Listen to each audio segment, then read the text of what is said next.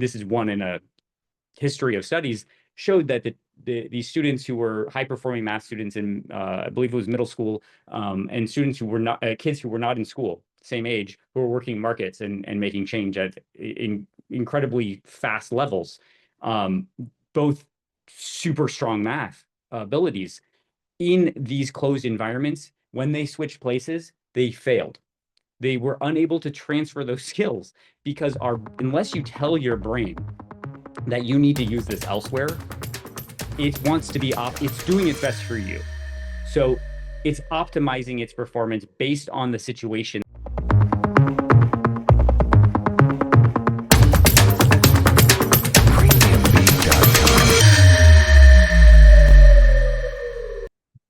Hello everyone, joining me today is a very special guest, Nathan Rayman.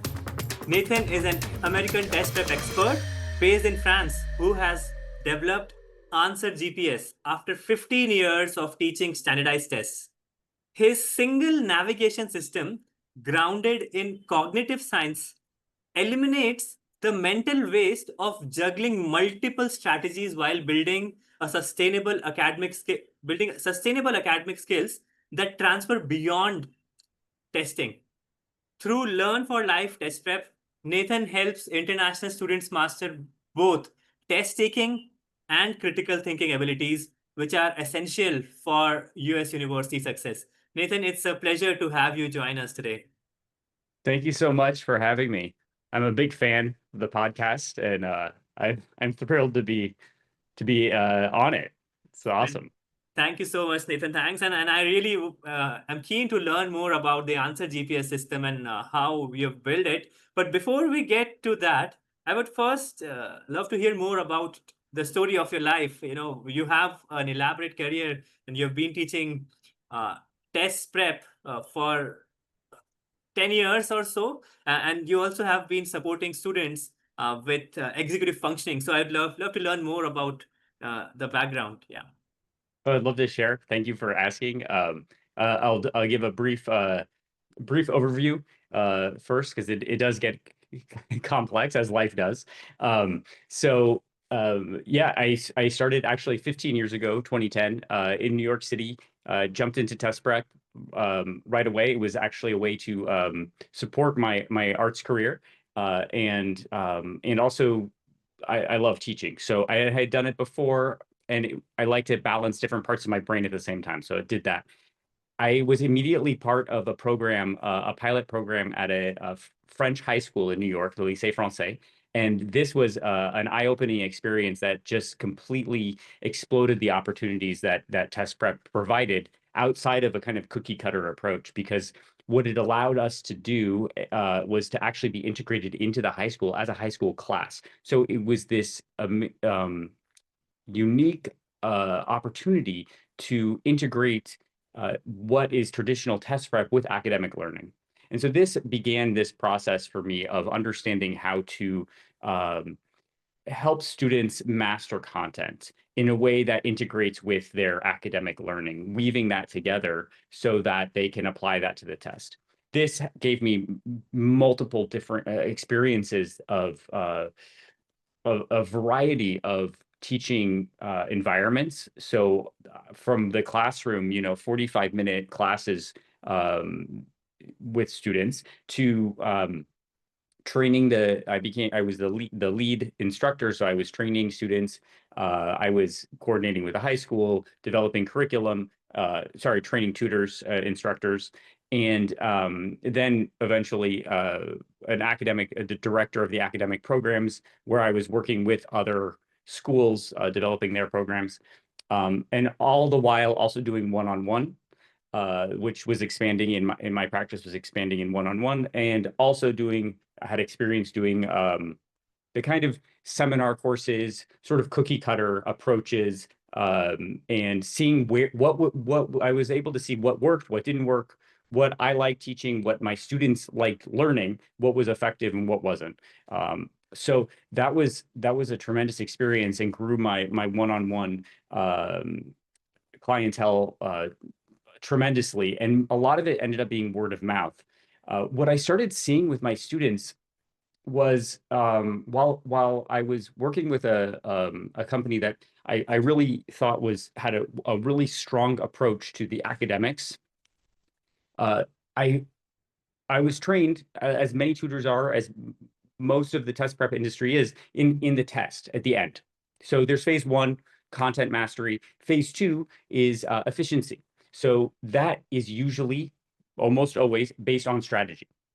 And this is where I started to run into problems with my students, because I started to see them lose the content that they mastered, or struggle to grab it. And this is where I started to notice a discrepancy. And I struggled to figure out how to turn these strategies, these multiple strategies that are really mostly test specific, the way that they're framed.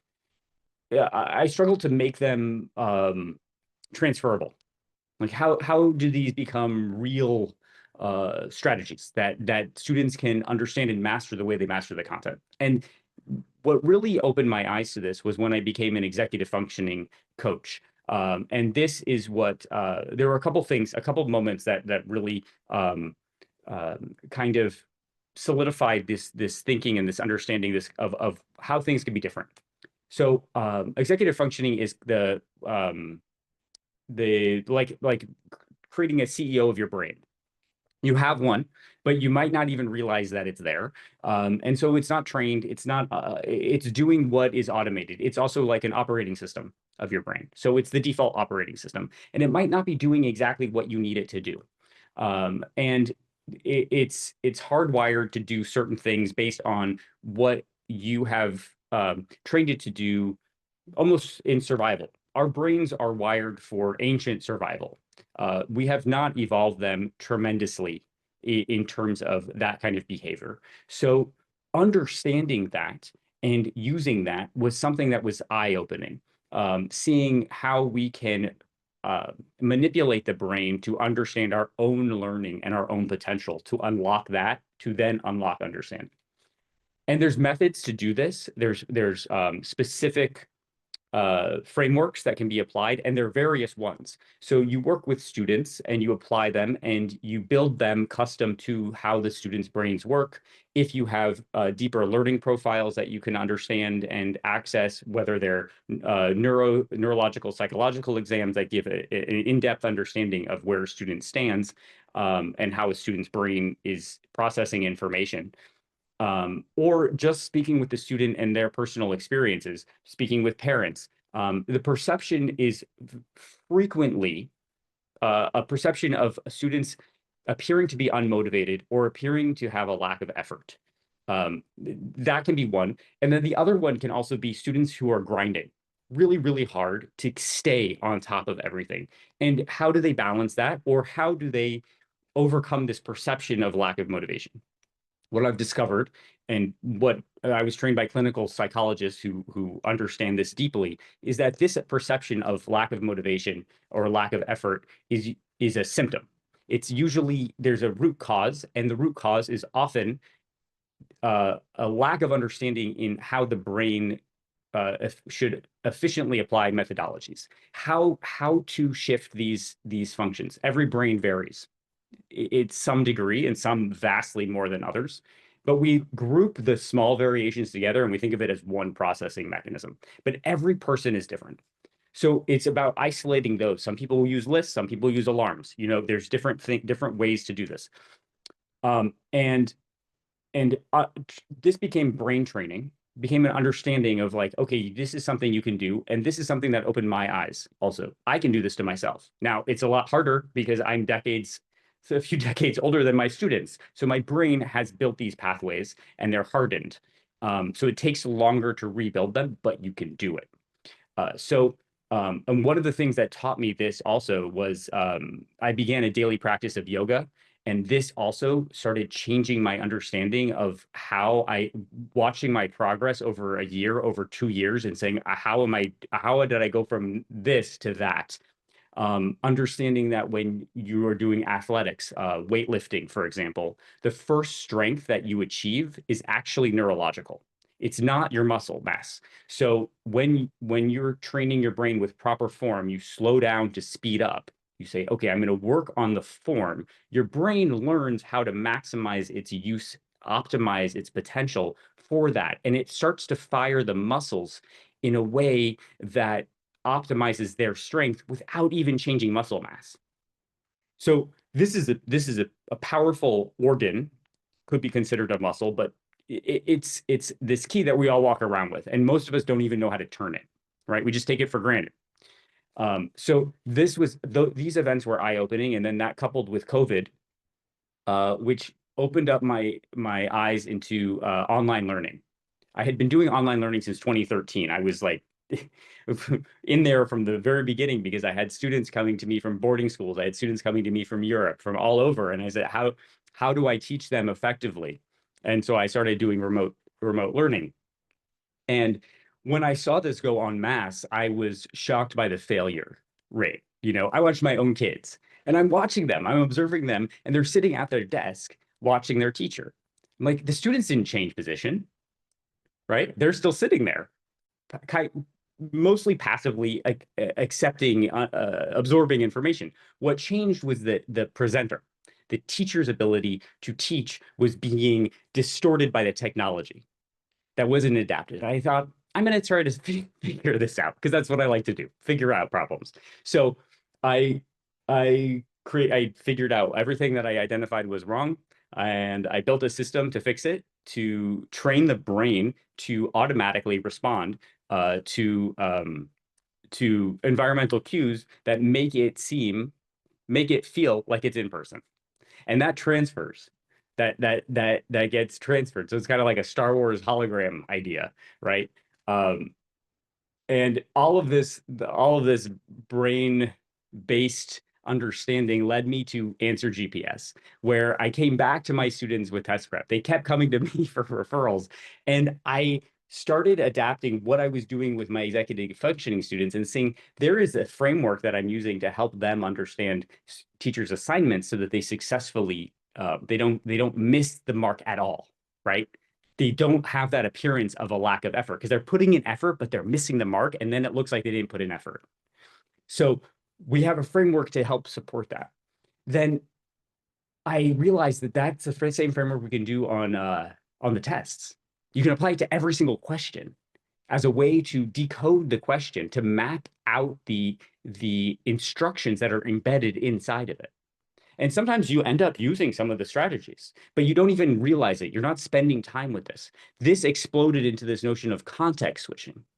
Context switching is a whole other aspect of the way the brain functions, where you lose 20 to 40% of your cognitive ability every time you switch tasks. I mean, we've all been there. Devesh, I'm sure you've been there, where you're writing an email, you're spending time working on a report, you're in the zone, and that right in the zone, that expression, right? Like sports, everything, that's that mindfulness where everything is connected, you're right there focused. Something pulls you out, right? It's your phone. That's why we have focus mode, right? Your phone dings. Your daughter comes up. You can't have focus mode for that, right? That's something you got to just take care of when it happens. Something interrupts that process, and then you come back to what you're doing. You say, "Ah, where was I again?" Right? You're lost, right? So I thought, why not develop a navigation system so you never get lost? Right? So that never happens. So you don't lose that 20 to 40%, because if you're doing strategies where you have all the content that you've mastered, and then you go look at a question, and then you have to identify what kind of question type that is, and then you have to memorize what strategy it is. You don't even know if you memorize the wrong strategy. You don't even know, like, memory's not reliable. So we're relying on all these things. We're making our brain work overtime. It's overheating, right? Like the fan is going really fast. So what do? We overcompensate. My students who would score, I have students consistently would be scoring on the SAT. They would be scoring in the top 5, 3, lots in the 1%. But the variations, the unpredictability, the unreliability of the score was due to the context switching. The inability the overcompensation, the extra tutoring hours, the drills, hours of drills. Sometimes I would sit there and just drill with them, right? Be like, oh, nitpick and stuff. Answer GPS eliminated all of that. It just kind of vanished because what happens is that students train their brain on one framework and they can learn it really well in the subject that they feel really confident and strong in.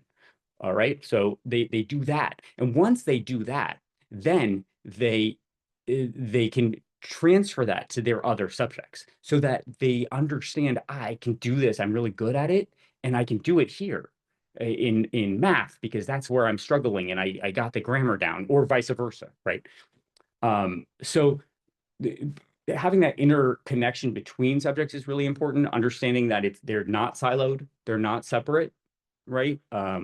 And bringing that connection together help my students consistently be scoring. It's like you can get from a 24 on the ACT to a 35. You can do that. That's 11 points, right? That's a big change. And you can do that because then when you practice the test, you're getting 35s, 34, 35, 36 on the practice test. So when you go into the real test, you're like, that's what I'm going to get because this is now automated. I'm not even worried. I have students who are like, I swear I took this test before. Like, no, they just became the same thing to you, right? And then they go on to college and they're like, I'm using this. This is helping me. I'm using your breathing techniques. I'm using the mindfulness to help calm me down. And it's all transferring with fewer coaching hours, right? Less academic disruption and they just less effort to do well. So that's where I came back into test prep. We said, there's something we can do here where we can make a change. Um, and we can enter through test prep to make this change, this larger change in students' lives and in families' lives. Wow, this such fantastic information, and I think the way you have put together different uh, learnings from what you've been doing, executive functioning and test prep, and then your learnings from the Lycée France school, and brought all of that together into this program. I think it's very exciting, and I'm keen to learn a little more about Answer GPS. Would you maybe give us a practical example of it, or would you? I'm happy to, if you would like to share a problem with me and then tell us, this is how Answer GPS is. Just tell us more about how this works. Yeah. So, well, the first step is content mastery. So, developing life skills with content mastery. And there's lots of really great programs out there that teach content mastery really, really well. I find them to be excellent in their approach. We have like-minded positions and it's aligned similarly. But that is the first thing. What I do with test prep and what there are other mostly US based because of this executive functioning is a specifically US based popular um, kind of support system now is integrate this understanding across subjects. And then what happens is if you have that content mastery, then you are like Indiana Jones. You are this really brilliant professor. We forget that every movie he starts as a brilliant professor before he goes on his adventures. And then what Answer GPS does is it gives you the tools to decode the map, like Indiana Jones. It gives you the framework to say, okay, every single time I get here, I am going to identify my destination. Where am I going? And then I'm going to look for the clues in the question. And this is training, right? This isn't magic, but you learn to identify, and end up doing this really quickly, what information is converted into actions that are accessing my knowledge. So that you don't go off book. You're not like, oh, I think this is this kind of problem. It's telling you exactly what to do. And so you are able to lay out all of the steps and you're guided to the answers. And this includes, I don't even like calling them questions because it's not about the question. The answers are included in the information. It's just information that's given to you and you're guided to the destination.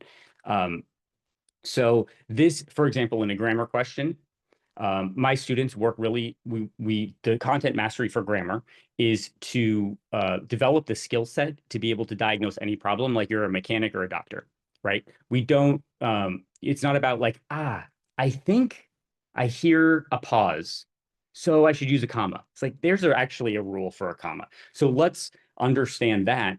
But the question is not what you think you should be done, right? The question is, what is the problem with the sentence? So they learn the frameworks for that is applicable for anything they write, right? How to diagnose an error in a sentence. So how do you make sure you have all the pieces together? And then you understand what to do when the question gets there. So when you get to the questions in grammar, the first thing that you identify, you look at the answers and you say, well, I can identify that my destination is mechanical, or I can identify that my destination is rhetorical. So I can identify that the wording will tell me that I am going to work on uh, identifying the problem with the grammar, or I'm going to work on identifying the problem with the logical coherence or transitional flow. Okay. And they have all that content, and it's guiding them there. So then they go back to the sentence and they use the framework to access that knowledge strategically, and it's just automated. And then the answer is just there. It's like, oh, there's no problem. You're not testing all the answers, right? You're not plugging them back in. If you do that, that's 4 times the effort, 5 times. It's whatever the number of questions, the answers are, times every time you put it back in, right? This way, you're identifying what is the problem, which one of these is providing me the solution.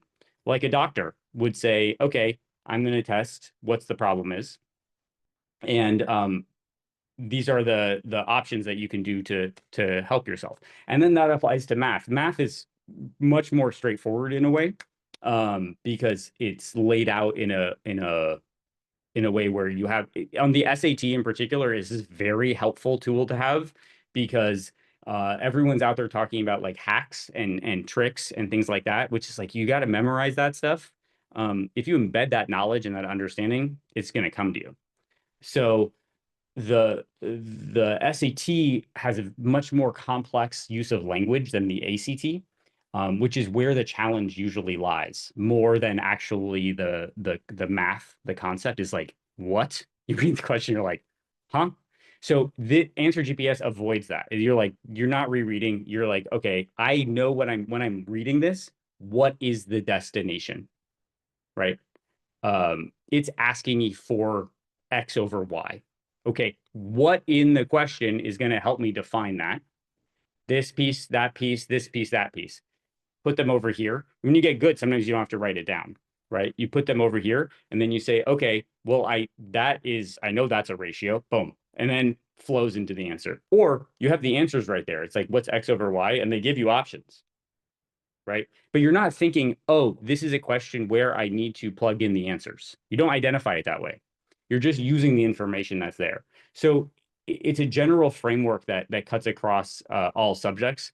The SAT has a lot of similarities to the ACT in the fact that they took the science section of the ACT and they kind of scattered those questions throughout the exam, primarily in the English section.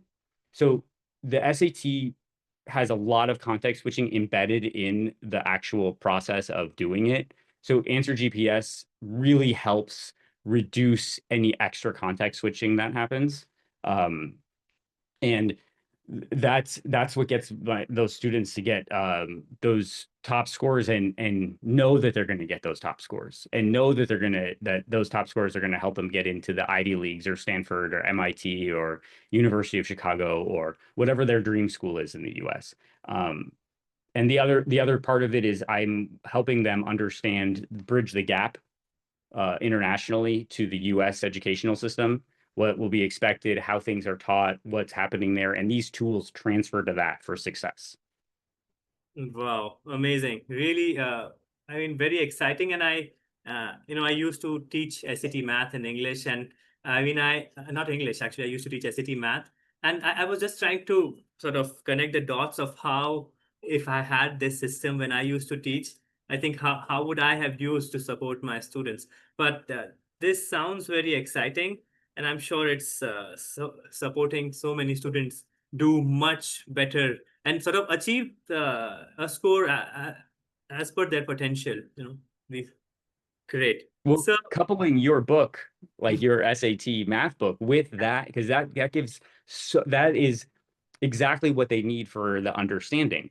yeah, And building those tools in and understanding like, okay, the Pythagorean theorem is the same thing as the distance formula. It's the same thing as conics, right? Parabolas, they're all the same thing. Yes. Um, and so instead of thinking of them as individual parts, being like, if you get the foundation, then you can build it every single time. Yes, yes, yes, no, absolutely. So, switching gears now, I want to know a little more. You work with students from around the world. What are some of the common mistakes that students make while preparing for these tests?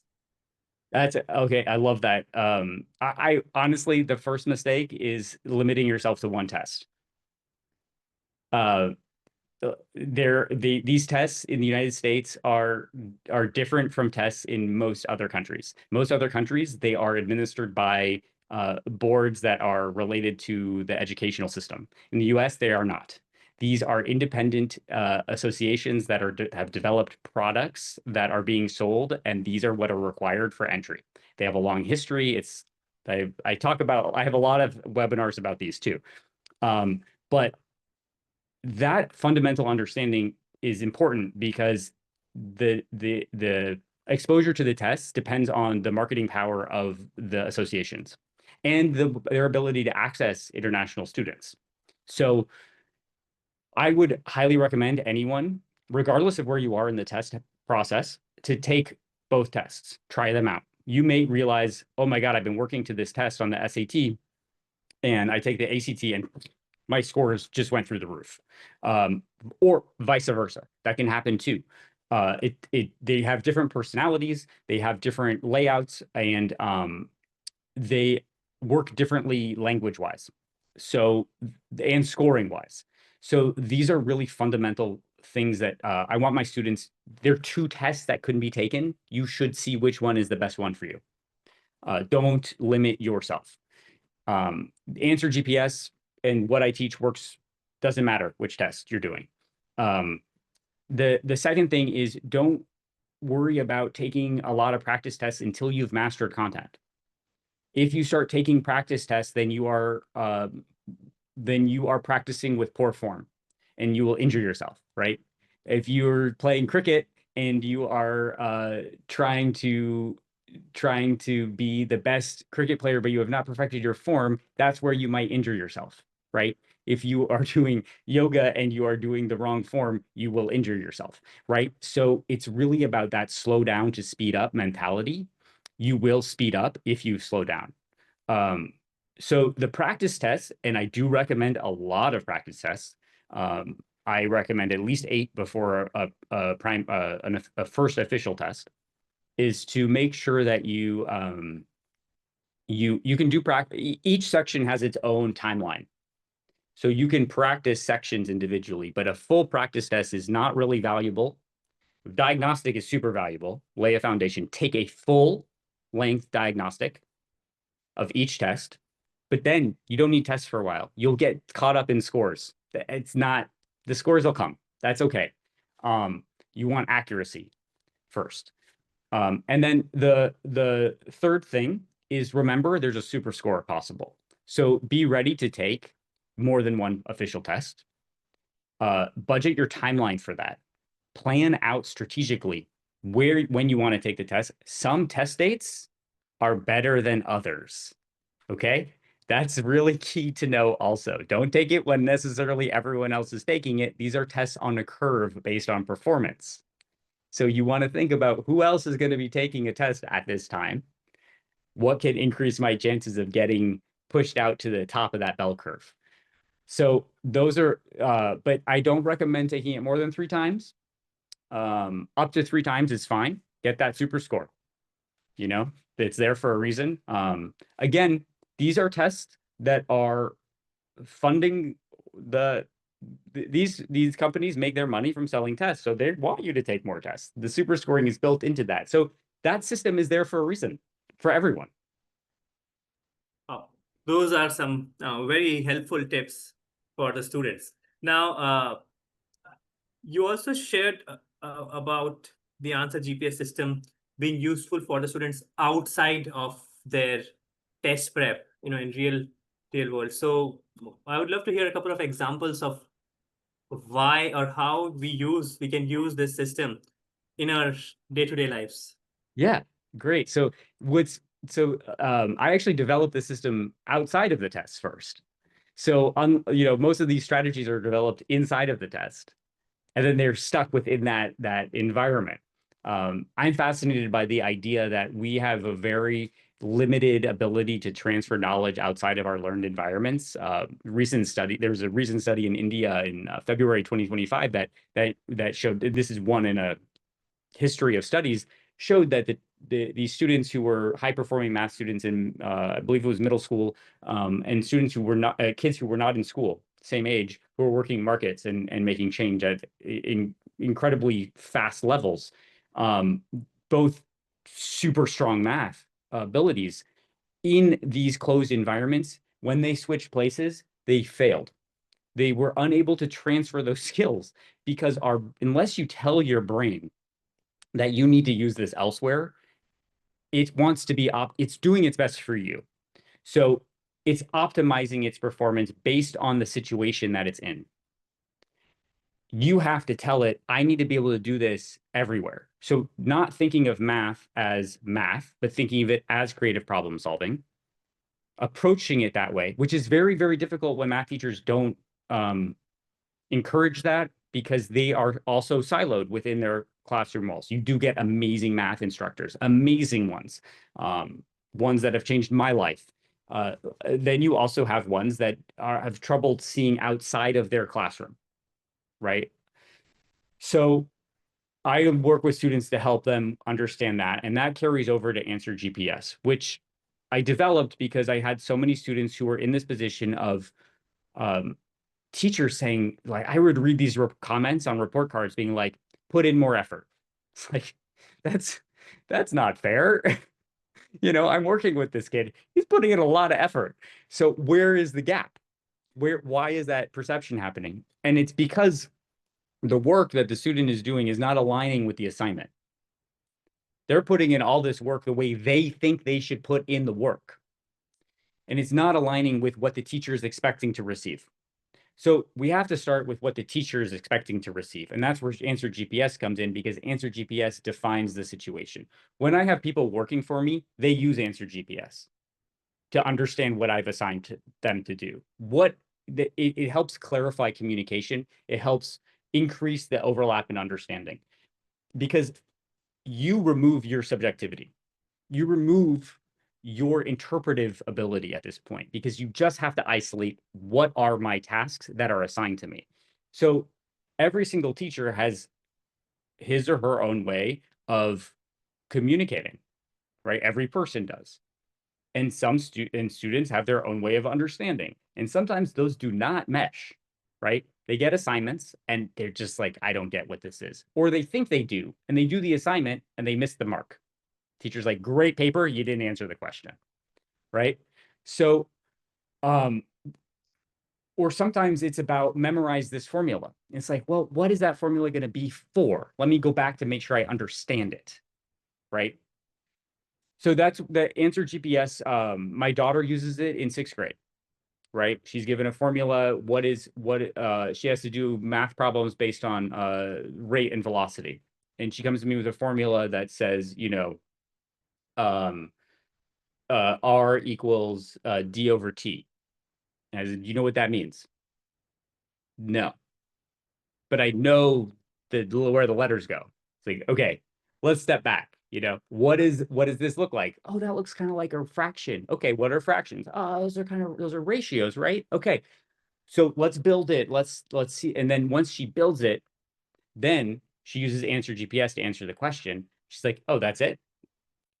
So it's a simplification process, because what it does is it allows you to automate your behavior in a way that will be reliable, um, because it's not automated behavior based on survival.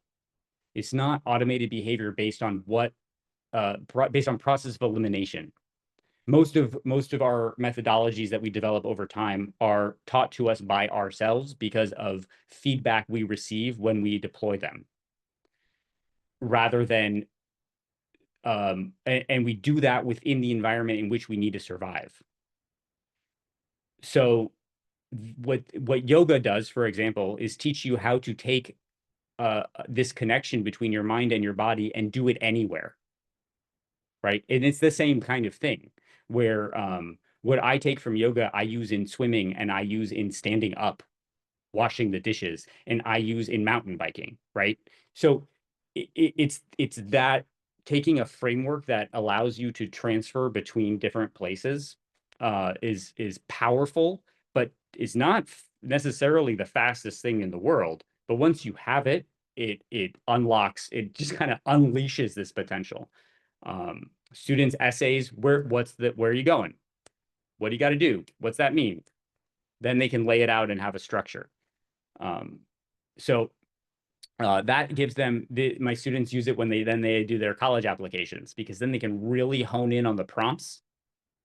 I don't necessarily work with them on the essays, but I hear from the college counselors that they work with, they're like, oh my God, this is amazing. They're like, they already have this ability to target on what the admissions committee wants to hear, right? Yeah, yeah, So it's that ability to understand, to communicate, and avoid avoid as much as possible misunderstanding and the effort that it gets wasted in that. yeah, yeah. Wow, fantastic. And you use the phrase of automate, what do you call it? Automate the response, right? Or something of that sort. Automate Hmm. behavioral response. I think that is once you have the content mastery in any field, it can be content mastery in your life. And once you have understood how to use the answer GPS system, and then you come out with an automated response, because now subconsciously your mind is working towards giving out that response. Yeah. Yeah, Yeah. exactly. Because when students see these going back to the tests, right, the SAT, ACT, when they see them, they trigger without training. They're triggering automated behavioral responses that are based on previous experiences. Yeah. And those previous experiences do not necessarily translate to this new experience. So it's a retraining, which is why I do retraining with practice with purpose. So it's not about training just in the test, but saying, okay, what we do here, the way we are going to learn reading comprehension, we're going to practice it with your reading for homework. So you're going to get faster with your homework, and you're going to be improving your test prep. And then when you get faster with your homework, you're understanding the structure. Because you understand how to read, now you understand how to write for somebody who's reading what you wrote. So they interconnect, and they allow students to build everything at the kind of working together. Everything is building on top of Yeah. itself, but you have a core structure. Hmm. Fantastic. So, Nathan, we are almost coming towards the end of the session, and I wanted to learn a little more about how you work with students from India or from different parts of the world. What is the process like, and how can students or families get in touch with you? Yeah, so I'm the way I work is the first thing is there are two ways you can get started. One is take a diagnostic test, but take two. And I will be happy to go over the results. I give a detailed analysis. I look at them and see I can see a lot in terms of what's happening in the test based on the question types, based on the everything, and discuss best path forward, SAT, ACT, and talk about learning profiles. You can also schedule a call just to talk about what would work, and then do diagnostic tests after. In a one-on-one capacity, I would recommend right now, I work in packages that offer allotments of hours, 70-minute sessions. And that could usually be twice a week. It can also be once a week. It depends on how students are managing their time and what tests they're targeting. That's why it's really helpful to know what test you're targeting, and then say like, okay, this is the program that you should do. This is the program that you should do. Um, Again, answer GPS, know your destination, know your starting point, and then you navigate to it, right? So, and they're really good test dates to take. The December test is an excellent choice for 11th graders. Um, the July test is an excellent choice for 10th graders. So these are great options. If you have a longer timeline, you actually reduce your coaching hours tremendously. Um, so rather than condensing them within a short period of time, think about maybe a little bit of a longer timeline that reduces coaching hours overall. You can get in touch with me on WhatsApp. Is a great way to just reach out. I'm right there, always on, and my number is since I'm basically a New York tutor. Uh, I'm a New York City tutor direct to India via my proprietary learning system via France. So it gives me the ability to be in your time zone, uh, but with the premium tutoring that you would get in New York City. So it's +1-347-243-6908. And then you can also check me out on Instagram at learn4life _test prep. And I'm also I have a website, learnforlifetestprep.com, because that's what we're doing is we're learning for life. So yeah, that's looking forward to connecting with people who are interested in seeing how this can help. And for those students who are, interested in making that final push in the fall, Answer GPS can do that, because I'm sure by this point they've had content mastery dialed in, and it's probably strategies keeping them Yeah. back. Yeah.